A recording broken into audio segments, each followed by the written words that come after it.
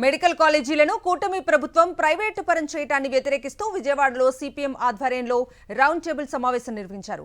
ప్రభుత్వ ఆధీనంలో నడవాల్సిన సంస్థలను ప్రైవేట్ వ్యక్తులకు కట్టబెట్టడం వల్ల పేద, బడుగు, బలహీనులకు తీవ్ర అన్యాయం జరుగుతోందని ఆవేదన వ్యక్తం చేశారు. సిపిఎం నేతలు పీపీపీ విధానాన్ని వెంటనే ఉపసంహరించుకోవాలని డిమాండ్ చేశారు. మెడికల్ కాలేజీలను ప్రభుత్వం ఆధీనంలోనే కొనసాగించకపోతే తీవ్ర పరిణామాలు తప్పవని హెచ్చరించారు.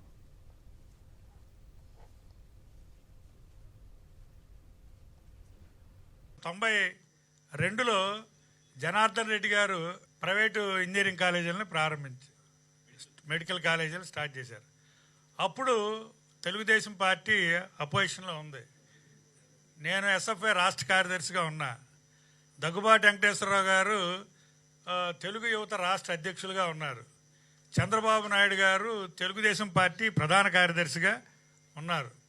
అప్పుడు అందరం ఉమ్మడిగా పీడిఎస్యు, ఏఎస్ఎఫ్, ఎస్ఎఫ్ఐ, ఏఐడిఎస్ఓ ఇతర సంఘాలన్నీ కలిపి ఉమ్మడిగా ఆ రోజున ఆ 4 మెడికల్ కాలేజీలు ప్రవేశపెడుతున్న దానికి వ్యతిరేకంగా ఆ రోజున పెద్ద యాజిటేషన్ చేశారు.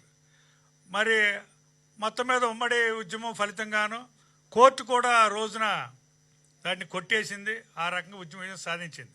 నేను చెప్పదలుచుకున్న అంశం ఏంటంటే, ఆ రోజు మరి చంద్రబాబు నాయుడు గారు తెలుగుదేశం ప్రధాన కార్యదర్శిగా ఉన్నటువంటి తెలుగుదేశం పార్టీ ఆ రోజున వాటిని వ్యతిరేకించింది, ఉద్యమంలో పాల్గొన్నారు. కానీ ప్రభుత్వ రంగంలో ఉన్న వాటిని ప్రైవేటు వాళ్ళకి కట్టబెడతాం అనేటువంటిది అన్యాయమైన విషయము.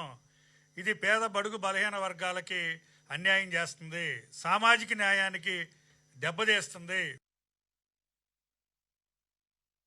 ఈ ప్రభుత్వం సంపద సృష్టిస్తాం అనే ఒక నినాదంతో ఇక్కడ వచ్చింది. అధికారంలోకి వచ్చి వాళ్ళ సంపద ఎవరికి సృష్టిస్తున్నారంటే మనం చూస్తున్నాం.